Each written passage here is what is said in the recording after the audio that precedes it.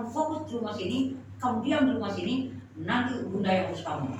Begitu 2 hari kami berdoa, yang dari Batam telepon, langsung saya bicara, ada Tika di rumah. Aduh, mana dia? Ini Tika, ini adikmu Alin, dia bilang. Alin bilang, aduh deh Alin, gimana kabar? Ya oke, kakak datang ya ke Batam ya. Wah, ke Batam? Ya, besok hari Rabu berangkat. Saya belikan tiket buat kakak. Kakak berangkat, dia bilang. Ponakan sama ponakan ya. Satu ponakan jadi ibu bugem, gembala. Yang satu ini belum menjadi apa-apa. Suaminya dosen dan suaminya juga ustaz, wakil ustaz kayaknya ya. Tapi hidupnya tidak tenang dan tidak damai.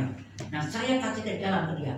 Kalau kamu hidup, kamu dari dulu kamu dasarnya mau imannya Kristen, sekarang kamu ke sana tetap Bapak Yahweh itu kemana kamu pergi dia ikutin kamu dan kamu ditarik kayak gini, saya bilang. Jadi gimana dek? Mau ke Batam? Mau lah. Oke, kakak Tika, kakak Alin sama abang doain dia, doakan malam itu kami. Tapi dia gak berani doakan terlalu dalam, nanti dia berlebar-lebar kayak sendirian kan. Nah, dia cuma berdoa, memberikan kekuatan kakak Alin, kakak Tika, supaya kakak Tika percaya kepada Tuhan. Kakak Tika berangkat ya ke sini ya. Dia waktu doakan ponakan saya itu, dia itu dikutuk sama orang tuanya. Jadi dia itu kena kutukan itu, memang dulu dia selalu dikutuk terus sama orang tuanya. Nggak tahu orang tuanya ini punya barang dari Kuan Im, tahu kan ini ya? Nah, Kuan Im itu kan barangnya kuat ya Pak ya. Di rumahnya tuh Kuan Im semua, tapi agama Islam. Kuan Im semua. Jadi anak ini kalau pulang ke rumah rusak pokoknya, dia nggak mau pulang. Jadi dia pulangnya ke rumah saya. Hari itu dia pulang dan besok lusa Rabunya dia berangkat ke Batam. Saya urus tiketnya sama ponakan saya. Berangkat kakak Tika ya. Nanti gimana bunda di sana, kamu gak usah takut Bapak Yahweh tuntut kamu. Kamu naik pesawat naik bis sampai di Cengkareng, turun di pintu kamu turun masuk langsung. Begitu dia kayak dia pergi tuh kayak dituntun. Memang dia juga pergi juga pesawat ke Malaysia kemana untuk pekerjaan dia juga. Hari itu dia tinggal pekerjaannya, dia pergi dan dia berangkat dan sampai di Batam dia turun dari pesawat, rasanya plong, katanya ada yang lepas dari badan saya. Saya bilang, ini barang ikuti dia. Rasanya tuh kok ada yang nyambut dari pundak saya itu keluar, dia bilang. Dia langsung bilang, haleluya, saya dari kota Batam. Itu badannya langsung ringan. Saya bilang pada taksi yang saya kenal dulu di Batam, Pak, tolong sampai antar ke pelabuhan Harbourway yang untuk Singapura, kota pulau. Jadi naiknya dari untuk ke Singapura, tapi tidak ambil pulau. Di situ lebih cepat, saya bilang. Cepat sampainya. Sampai di situ dia naik, dia kayak dipimpin aja sama Roh Kudus. Aduh, bunda, saya nggak ada jalan. Tapi saya tuh masuk tiba-tiba saya beli tiket, tiba-tiba saya berangkat aja. Nah itu deh, kalau sudah ada Roh Kudus bersama dengan kamu, maka kamu tidak akan nyasar. Pasti kamu tolong. Sampai dia di kapal itu, dia nggak buka mata, dia tidur. Saya tanya gimana pengalaman di kapal, tidur, dia bilang saya nggak tahu. Turun sudah disambut sama ponakan saya langsung peluk sama dia, dan dia itu terasanya ada yang beban dengan dia belum beres. Nah itu ya, setelah dia sampai di rumah, kasih makan, dia nyanyi, dia pujian, besok pagi langsung didoakan, muntah segala macam itu keluar semua. Yang dia dibutuhkan bahasanya bahasa preman, yang mamanya bawa bahasa preman anak ini. Saya buka-bukaan aja ya, nggak jadi masalah. Biar saya Bapak Yahweh tahu semuanya dengan kita berdoa. Sampai malam itu didoakan, dia muntah, dia nangis, dia lemes. Besok pagi berhenti dulu, makan dulu, kuatin dulu tubuhnya. Bawa dia ke gereja dan dia rindu dengan baca Alkitab. Itu yang saya nangis. Dia bisa baca Alkitab, dia baca. Kita sampai sekarang dia sudah sampai di pasal Kejadian Keluaran. Dia sudah mulai baca itu Alkitab, dia mulai belajar itu Alkitab. Karena dulu dia pernah belajar di Katolik, sekarang dia pulang belajar lagi. Tapi mamanya carinya tuh ke rumah saya. Saya nggak ada, saya di Majalaya. Aduh Bapak Yahweh tolong ya, jangan sampai ada orang yang tahu dia ada di Batam. Saya nggak mau orang tahu. Nah sampai di sana hari ini dia melayani sekolah minggu. Itu ya Pak, di sekolah minggu dia melayani. Dan dia bulan depan dia dibaptis, tapi dia sudah pegang anak-anak. Dan dia percaya bahwa Yahweh itu ada bersama dengan saya. Dan dia ditelepon sama sama anaknya. Anaknya selalu minta uang tiap minggu, harus ada uang, harus ada uang. Kasih aja kata suaminya. Orang saya kasih, kirim aja dia bujuk, kasih kirim aja biar dia tenang. Besok anaknya tarik lagi ke sini, kita bikin keselamatan untuk keluarganya juga. Nah setelah itu dia didoakan itu, dia bercerita sama saya, Bunda, saya didoakan kok aneh ya. Saya kemarin cerita masa lalu terus, cerita yang jelek terus, yang membuat saya tuh gak berhenti ngomong. Mulai sekarang kata Ibu Eli, dia gak banyak cerita, gak banyak bicara, banyak diamnya, banyak dengarnya. Nah itulah yang Bapak yang bilang, lebih banyak mendengar daripada banyak bicara. Nah dari situ dia tahu bahwa kebenaran itu adalah mengikuti Yahweh, bahwa kita di surga dengan Edonai Suapasia perantaranya, dan dia minta Roh Kudus tiap malam di rumahnya, dan dia selalu bawa anak-anak cucu itu 3 orang itu berdoa. Nanti cucunya bilang, Anti udah bisa berdoa, sebangga dia dipuji sama anak kecil. Anak kecil bilang, Anti udah bisa berdoa. Dia ketawa, dia bangga gitu. Saya bangga kalau saya dibilang bisa berdoa itu saya bangga. Yang selama ini dia nyebutkan yang itulah, tapi nggak ada yang masuk, nggak ada yang lengket, nggak ada yang memberkati dia. Sehingga dia tuh tertekan. Akhirnya dia lepas, dan dia sekarang di Batam dia usaha membuka rumah makan pempek Palembang. Itu pokoknya yang beli lewat Facebook punya anak ponakan saya, langsung order terus tiap hari order. Itu dia berkatmu. Sebetulnya berkatmu ada, ditutup, dihalangi sama orang-orang yang tidak suka sama kamu ketika kamu bekerja. Sekarang kamu buang direktur pemimpin kamu sekarang buka usaha sendiri, dan kamu jalankan ini sambil berdoa. Sebelum kamu mulai pagi, berdoa sama Bunda Ai itu, berdoa sama Mem Eli, berdoa. Lalu sebelum kamu masak, makan bahan-bahan kamu itu diurapi dulu sama kamu. Urapi bahan-bahan itu supaya bahan ini jadi dan tidak gagal dan bisa terjual. Puji Tuhan, dia mulai bergerak dengan pertolongan Yahweh. Saya ditolong sama Bapak Yahweh, saya bisa berdagang, saya bisa menghasilkan. Terima kasih Bunda. Jangan sama Bunda, sama Yeshua Mashiach. Saya kan cuma kasih jalan, tapi saat kamu dekat sama Yeshua Mashiach, maka dia akan buka jalan hidupmu itu. Tapi kalau kamu jauh, dia nonton aja, tunggu kapan kamu bertobat. Tapi Bapak Yahweh tahu kamu itu akan ditarik sama aku. Nah ketika sekarang kamu sudah ditarik, kamu percayakan kalau jalan kebenaran itu di dalam melewati Bapak Yahweh. Setiap hari dia baca Mazmur 91 supaya dia tidak diganggu-ganggu. Dia baca 91, baca Mazmur 91 setiap hari. Saya bilang baca terus itu. Perlindungan dari Tuhan itu baca, saya bilang iya Bunda.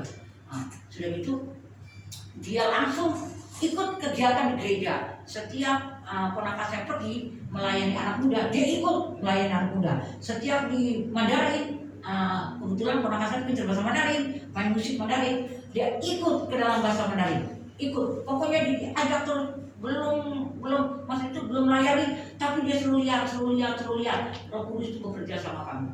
Ketika didoakan di Mandarin, begitu lagi dia mengeluarkan unek-unek yang dia buang semua. Dan sekarang puji Tuhan, dia sudah tenang karena semua pertolongan dari Yeshua Mashiach Bapa kita. Amin.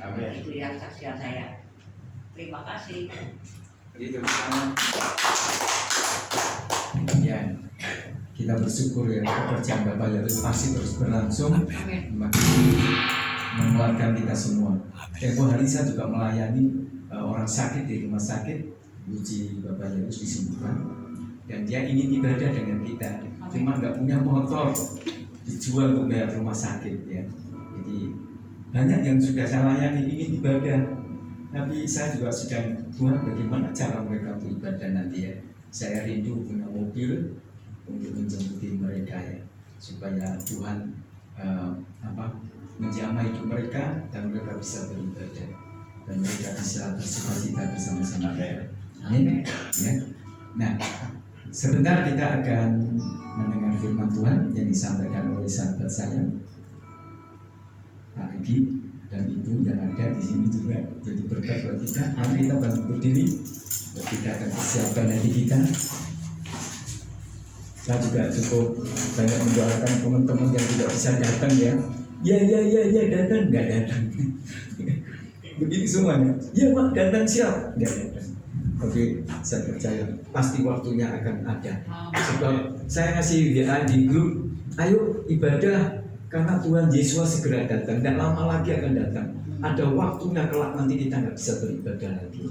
Ya, jadi gunakanlah waktu yang ada supaya kita tetap setia dan tetap beribadah. Amin. Yuk kita naikkan pujian kita.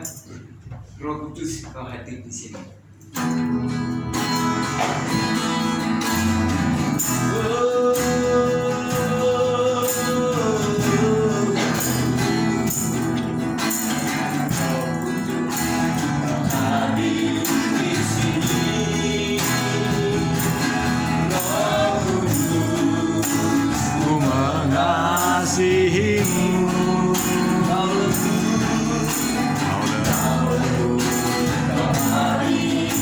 Kaulah penghiburku, penolongku, diutus Bapa-Ku. Roh Kudus, Kau hadir di sini. Roh Kudus, Ku mengasihimu.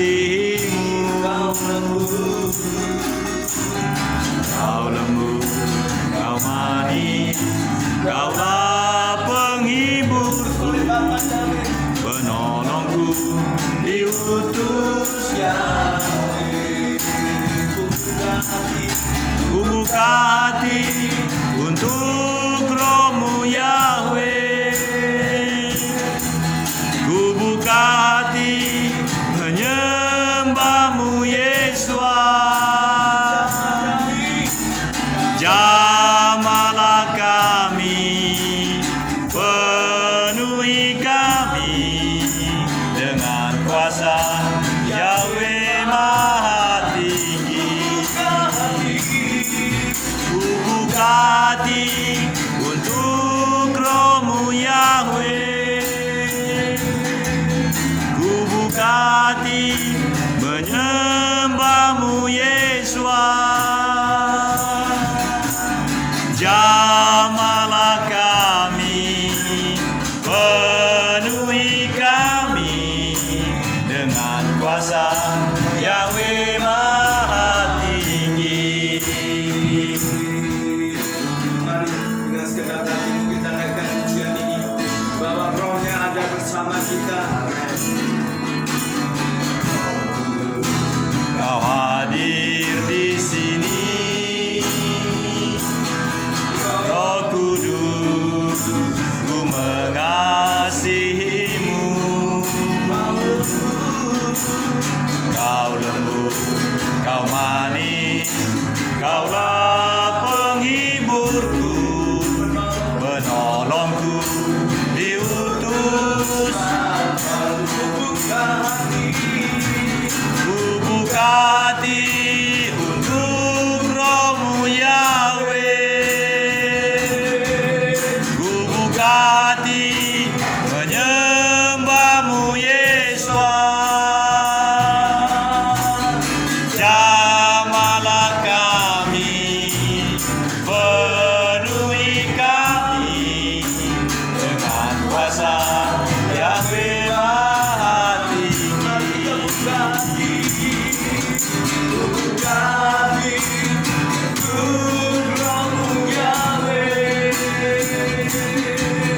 Ku buka hati menyembah-Mu Yesus. Jamahlah kami, penuhi kami dengan kuasa Yahweh Maha Tinggi.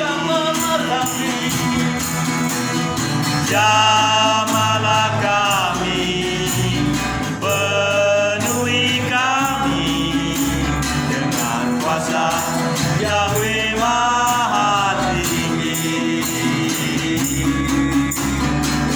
Kuasa Yahweh Maha Tinggi. Sekali lagi, kuasa Yahweh Maha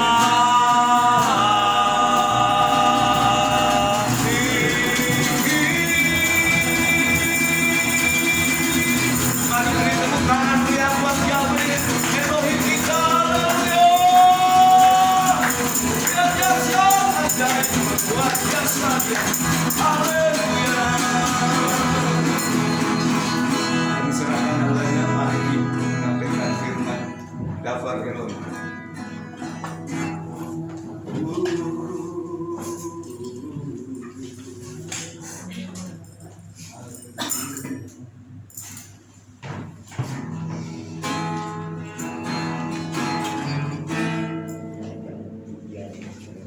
Kubuka hati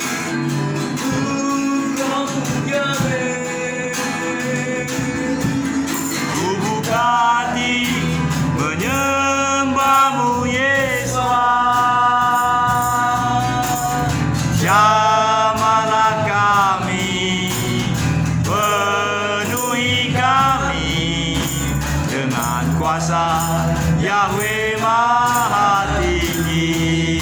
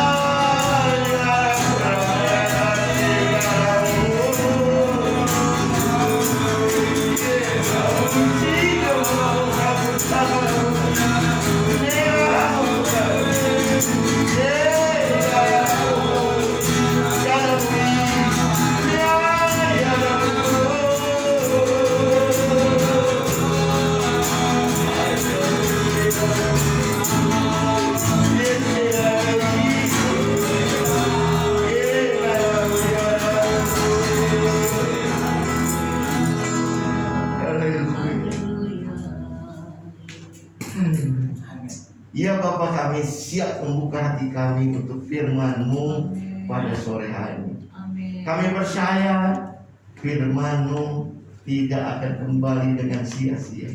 Tapi firman-Mu akan berkuasa menggenapi apa yang Engkau firmankan bagi kami. Urapi kami, urapi setiap kami yang ada di tempat ini. Kami percaya Bapa, firman-Mu menjadi kekuatan bagi kami. Firman-Mu menjadi pelita bagi kaki kami. Firman-Mu menjadi terang di dalam hidup kami. Kami siap mendengar firman Tuhan. Kami membuka hati kami untuk firman-Mu yang kudus, firman-Mu yang menguatkan kami hari ini. Di dalam nama Tuhan Yesus. Mari yang siap menerima firman, katakan amin. Ya, shalom. Nah, sore hari ini ya ada sukacita, saya bersukacita, ada damai sejahtera bagi setiap kita. Amin. Amin. Ya puji Tuhan, terima kasih untuk Pak Gembala Yohanes memberi kesempatan ya bagi kami, bagi saya untuk menyampaikan berbagai firman. Di pada sore hari ini saya akan bawakan tema atau ya Tuhan berbicara tentang padang gurun. Ada bisa ditampilkan? Lupa saya. Oh belum. Tidak apa-apa.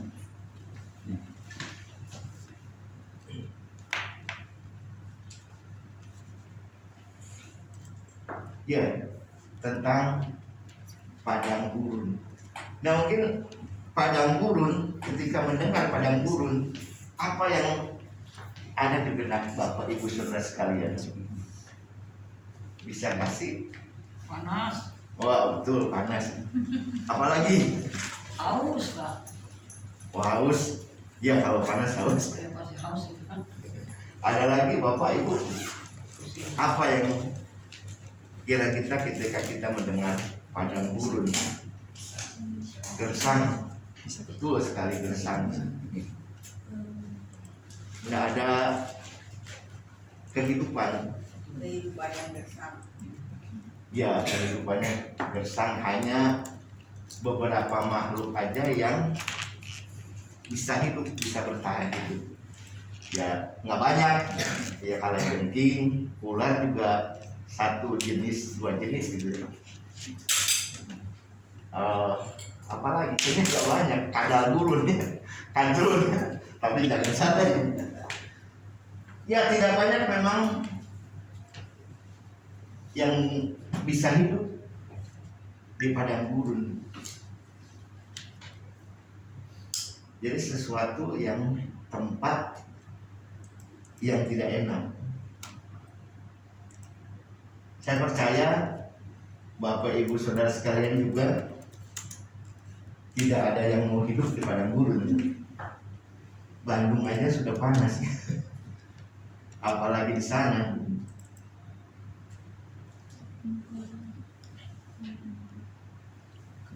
Ya, padang gurun kalau menurut Wikipedia, bahasa ilmiahnya gitu. Padang gurun adalah suatu daerah yang menerima curah hujan yang sedikit kurang dari 250 mili per tahun. Yang gurun dianggap memiliki kemampuan kecil untuk mendukung kehidupan. Jadi hanya sedikit sekali makhluk yang bisa hidup di gurun. Curah hujan hanya 250 mili per tahun. Jadi bisa dibayangkan, kita ini udah di Bandung udah 10 hari mungkinnya tidak hujan pun, terasa panas banget gitu. Apalagi di padang gurun setahun paling hujan 3-4 kali atau berapa. Nah, ini yang padang gurun di dalam dunia. Tapi yang ingin saya sampaikan hari ini, bahwa kalau ketika di padang gurun, kita juga bisa belajar hari ini, sore hari ini, ada suatu kehidupan, ada satu yang hebat kalau kita alami padang gurun. Jadi padang gurun ada 3 hal yang ingin saya bagikan, atau ada 3 hal kita belajar di padang gurun. Yang pertama yaitu kita mengalami penyertaan Elohim. Yang kedua, ketika kita alami padang gurun, alami mujizat. Amin. Dan yang ketiga, menjadi lebih kuat. Menjadi kuat. Baik, yang pertama kita belajar dari Keluaran 13 ayat 21. Kita belajar dari orang Israel keluar dari tanah Mesir dan harus lewati padang gurun. Keluaran 13 ayat 21. Saya bacain. Yahweh berjalan di depan mereka dalam tiang awan pada siang hari untuk menuntun perjalanan mereka, dan pada malam hari dalam tiang api untuk memberi terang sehingga dapat terus berjalan siang dan malam.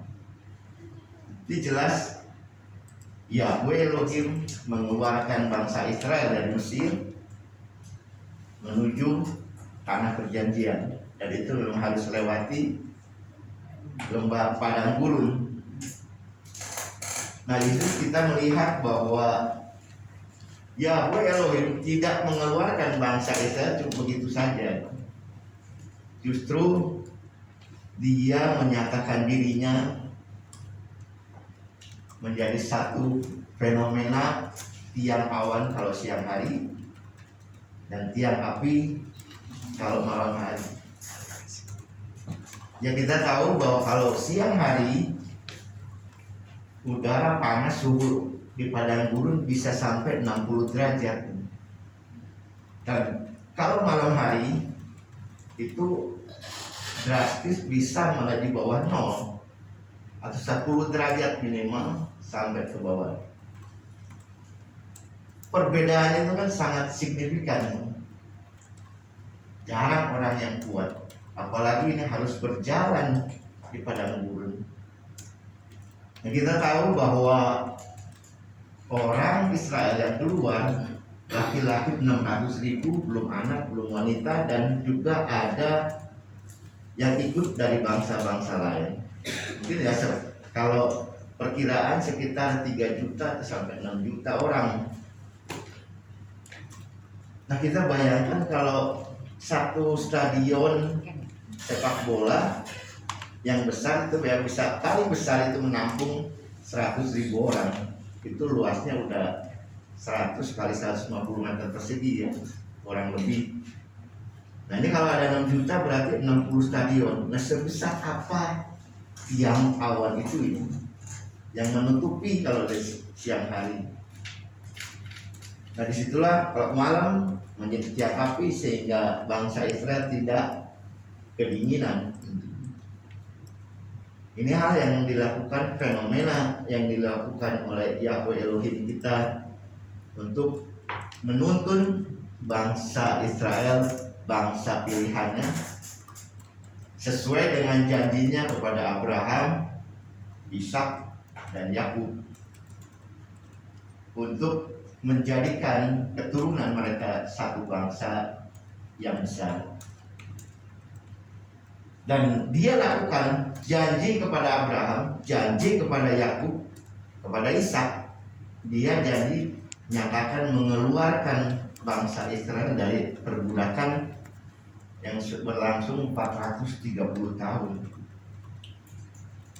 Ya, ketika Yakub datang ke Mesir, yang diundang oleh Yusuf cuma 70 orang. Setelah 430 tahun menjadi ya udah jutaan itu. Nah, itu sudah menjadi suku bangsa yang besar. Nah, Yahweh justru menyatakan dirinya sebagai tiang awan dan tiang api menyertai bangsa Israel keluar dari Mesir menuju tanah perjanjian. Dan hal itu tidak pernah terjadi lagi. Tapi kalau ada sekarang paling angin awan puting beliung malah merusak, bukan dari Bapak Yahweh itu. Kenapa sampai seperti itu dia? Ya karena dia ketika Elohim Yahweh sudah berjanji, dia pasti genapi. Dan janji itu lewat Abraham sampai kepada kita hari ini lewat Yeshua HaMashiach. Amin. Dia itu kan perjanjian lama ketika Yahweh nyata, orang-orang Mesir bisa melihat tiang awan yang begitu besar, tiang api yang begitu besar. Tapi kalau sekarang kan sudah tidak lagi. Kita ini bukan bangsa pilihannya, enggak. Memang bukan bangsa pilihan, tetapi kita adalah anak-anak Elohim yang dipilih justru. Orang yang dipilih tidak banyak. Ya bersyukurlah kita ini anak-anak yang sudah dipilih oleh Elohim. Amin. Ya, mungkin pertanyaannya, Apakah itu masih berlaku, penyertaan Yahweh itu masih berlaku bagi kita? Masih ya Bu? Iya. Dan terus alami selama-lamanya, walaupun sekarang ini tidak kelihatan sebagai tiang awan, sebagai tiang api. Karena melalui Yesus Allah yang sudah mati di kayu salib, dia yang sudah dikubur, bangkit dan naik ke surga, yang berjanji dia akan memberi roh penghibur, roh penolong di dalam kita, justru bukan di luar lagi. Di dalam setiap kita dia sudah berikan roh kudusnya, roh Yahweh sendiri ada di dalam kita, dan dia tidak akan pernah meninggalkan kita. Amin. Jadi sebetulnya kita ini lebih hebat, lebih dikasihi daripada bangsa Israel. Dia mau tinggal di dalam kita, Amin. walaupun ya kita tidak pernah lepas atau tidak bisa luput dari kesalahan.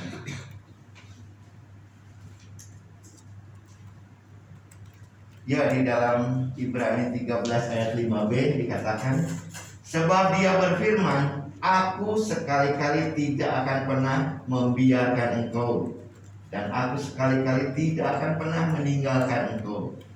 Tidak akan pernah. Amin. Luar biasa, ini yang selalu menjadi kekuatan bagi saya. Elohim tidak pernah akan meninggalkan kita. Ya, sekarang ini mungkin keadaannya sama lah, relatif sama dengan keadaan bangsa Israel yang keluar dari Mesir. Kita ada yang sini berkumpul di sini, kita percaya kita sudah dipindahkan dari Mesir Yes. menuju tanah perjanjian. Amin. Dan janji Elohim, dia sekali-kali tidak pernah meninggalkan kita. Amin. Yes. Ya oke, kita alami sepertinya kita berjalan di padang gurun, banyak sekali tantangan. Tetapi lewat padang gurun inilah nanti kita bisa tahu bahwa apa yang Yahweh lakukan bagi setiap kita. Yang kedua,